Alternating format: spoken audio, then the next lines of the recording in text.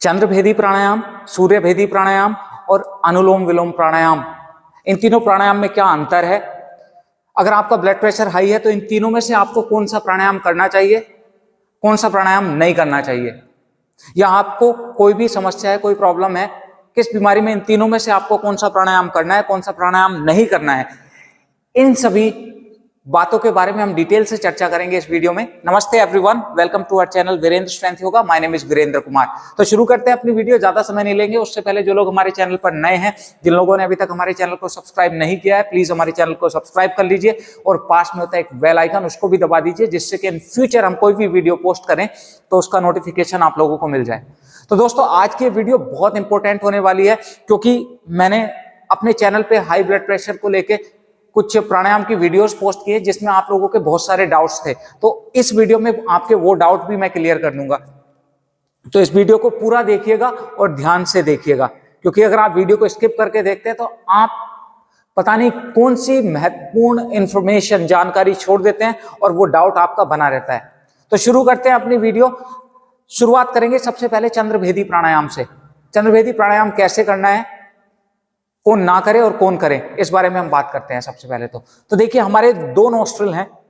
Right nostril जो है हमारा वो है सूर्य स्वर और लेफ्ट नोस्ट्रिल है हमारा चंद्र स्वर। यहां तक समझ में आ गया? डिटेल में समझिए और बड़े ध्यान से सुनिए। तो राइट नोस्ट्रिल है सूर्य और लेफ्ट नोस्ट्रिल है चंद्र। अब हम बोल रहे हैं चंद्रभेदी प्राणायाम। तो चंद्रभेदी प्राणायाम में आपको चंद्र स्वर से सांस लेना है, मतलब लेफ्ट से सांस लेना है और राइट से निकालना है।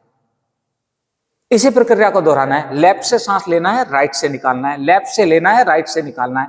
इस तरह लेफ्ट से राइट से बंद किया राइट को, और लेफ्ट से धीरे धीरे 5 काउंट तक सांस लिया। 1 2 3 4 5, राइट से निकाल दिया। 1 2 3 4 5। फिर लेफ्ट से लिया, राइट से निकाल दिया, लेफ्ट से लिया, राइट से निकाल दिया, लेफ्ट से लिया, राइट से निकाल दिया। तो चंद्रभेदी प्राणायाम में सिर्फ हम लेफ्ट से सांस लेते हैं, राइट से निकालते हैं, लेफ्ट से सांस लेते हैं, राइट से निकालते हैं। तो आपको प्रोसेस आ गया कैसे करते हैं। अब कौन कौन लोग इस प्राणायाम को कर सकते हैं? तो सबसे पहले तो हाई ब्लड प्रेशर जिनका है वो लोग इस प्राणायाम को कर सकते हैं। और कब कर सकते हैं? जब आपका बीपी हाई हो रहा है उस समय करिए। इस प्राणायाम की वीडियो बना के मैंने पोस्ट किया, उस वीडियो को बहुत प्यार, लगभग 1.5 मिलियन व्यूज मिले हैं और उसमें बहुत सारे कमेंट्स आए हैं। 90% से ज्यादा लोगों ने, जिन लोगों ने चंद्रभेदी प्राणायाम किया है, करते करते मशीन से चेक करके उन लोगों ने कमेंट किए हैं कि करते करते 10 to 15 मिनट्स में उनका जो बीपी है वो बहुत ड्रॉप हुआ है। कुछ लोगों का तो ऐसा भी था कि 160/100 का 125 या 130/80-85 तक आ गया है विद इन 10 to 15 मिनट्स।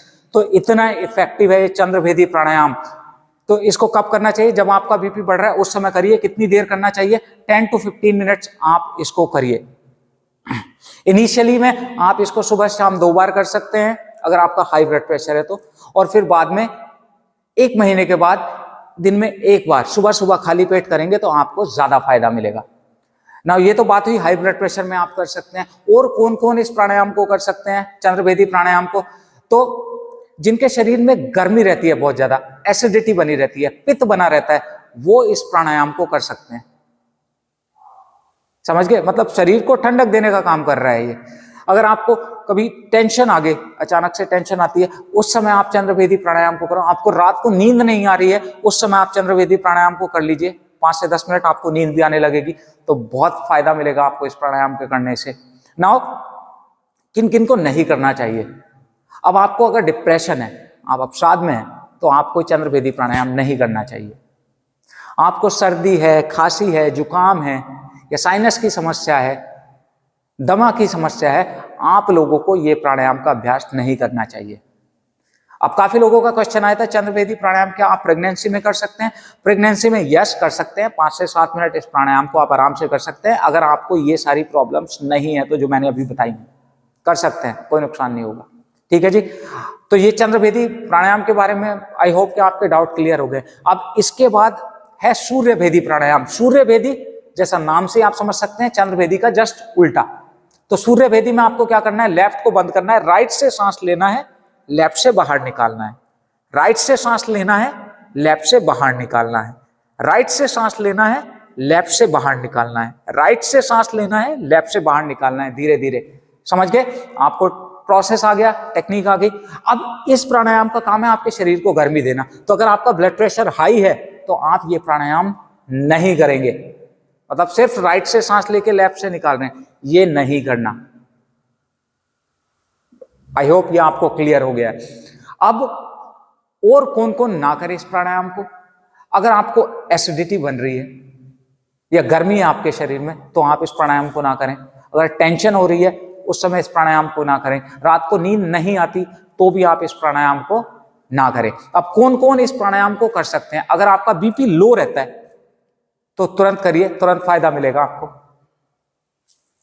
उसके बाद अगर आपको सर्दी खांसी जुकाम है उस समय आप सूर्य भेदी प्राणायाम का अभ्यास करेंगे तो आपको फायदा मिलेगा। शरीर में ठंडक बढ़ गई है, डिप्रेशन में भी अगर आप इस प्राणायाम को करोगे तो आपको फायदा मिलेगा सूर्य भेदी प्राणायाम करने से। तो ये बात हुई कि कौन कौन इस प्राणायाम को कर सकते हैं और कौन कौन इस प्राणायाम को नहीं कर सकते। मैं आशा करता हूं चंद्रभेदी और सूर्यभेदी का अंतर आपको समझ में आ गया है और आपको ये समझ में आ गया चंद्रभेदी हाई ब्लड प्रेशर वाले लोग कर सकते हैं, सूर्यभेदी हाई ब्लड प्रेशर वाले लोग नहीं कर सकते। अब तीसरे नंबर पे अनुलोम विलोम प्राणायाम। इसमें भी बहुत कंफ्यूजन था बहुत लोगों का, क्योंकि अनुलोम विलोम प्राणायाम में क्या होता है, इसमें ऑल्टरनेट नॉस्ट्रल ब्रीदिंग होती है। कैसे? जैसे राइट थंब से राइट नॉस्ट्रल बंद किया, लेफ्ट से धीरे धीरे इनहेल किया, राइट से धीरे धीरे एक्सहेल किया, फिर जिससे श्वास निकाला उसी से लिया, राइट से लिया, लेफ्ट से निकाल दिया, जिससे निकाला उसी से लिया, दूसरे से निकाल दिया, जिससे निकाला उसी से लिया, दूसरे से निकाल दिया। तो इसमें क्या हो रहा है, आप दोनों नोस्ट्रिल से सांस ले भी रहे हैं और निकाल भी रहे हैं, है ना। इसमें लोगों का कंफ्यूजन आ रहा है कि इसमें तो राइट से ले रहे हैं क्या बीपी बढ़ जाएगा, लेफ्ट से ले रहे हैं क्या बीपी कम हो जाएगा। तो समझिए अनुलोम विलोम प्राणायाम का होता है बॉडी में बैलेंस करना। यह आपके वात, पित्त और कफ को बैलेंस करता है। तो आप हाई ब्लड प्रेशर में अगर इस प्राणायाम का अभ्यास करेंगे तो आपको फायदा मिलेगा। अगर लो ब्लड प्रेशर में करेंगे तो भी फायदा मिलेगा, क्योंकि ये शरीर को बैलेंस करता है। तो हाई ब्लड प्रेशर में आपका डाउट क्लियर होगा, आप अनुलोम विलोम प्राणायाम कर सकते हैं, बहुत आराम से कर सकते हैं, फायदा मिलेगा आपको। अब इस प्राणायाम को हर कोई कर सकता है, अनुलोम विलोम प्राणायाम को, क्योंकि ये बॉडी में बैलेंस लाने का काम करता है, आपके लंग्स की कैपेसिटी बढ़ाने का काम करता है, आपके हार्ट के लिए बहुत अच्छा है, आपके शरीर के एक एक हिस्से के लिए बहुत अच्छा है अनुलोम विलोम प्राणायाम। तो आपको तनाव रहता है या स्ट्रेस रहती है, डिप्रेशन रहता है, या आपको एसिडिटी बनती है, या कोई भी प्रॉब्लम रहती है, उन सब में आप अनुलोम विलोम प्राणायाम का अभ्यास कर सकते हैं। तो अब आप लोगों को तीनों प्राणायाम के बारे में समझ में आ गया। आपको यह भी समझ में आ गया कि चंद्रभेदी प्राणायाम आप हाई ब्लड प्रेशर में कर सकते हैं, सूर्यभेदी नहीं कर सकते, और अनुलोम विलोम प्राणायाम कर सकते हैं। तो मैं आशा करता हूं कि मैंने आप लोगों के सभी डाउट क्लियर कर दिए हैं। दोस्तों स्टिल आप लोगों को कोई भी डाउट हो तो नीचे आप कमेंट में लिख दीजिएगा, मैं उन कमेंट को पढ़ के आपके लिए एक और वीडियो बनाने की कोशिश करूंगा। और वीडियो अच्छी लगी है तो ज्यादा से ज्यादा लोगों तक शेयर करें दोस्तों, क्योंकि बहुत इंपॉर्टेंट इंफॉर्मेशन है और ये योग के ऐसे उपचार हैं जिनको करते करते रिजल्ट मिलता है। ये आपने उस वीडियो के, जो मेरी वीडियो है जिसपे 1.5 मिलियन व्यूज आए हैं, उसमें आप कमेंट पढ़ के देखिएगा, करते करते रिजल्ट मिला है, मशीन से चेक करके लोगों ने कमेंट किया है। तो इतने इफेक्टिव, तो ये सही जानकारी लोगों तक पहुंचाइए जिससे लोग इससे फायदा उठा सकें। और किसी टॉपिक पे हमसे वीडियो बनवाना चाहते हैं तो नीचे कमेंट में लिख दीजिएगा, मैं उन कमेंट को पढ़ूंगा और कोशिश करूंगा आपके लिए उस टॉपिक पे वीडियो बनाएं। तो आज के लिए बस इतना ही, मिलेंगे अपनी नेक्स्ट वीडियो में, तब तक के लिए नमस्कार।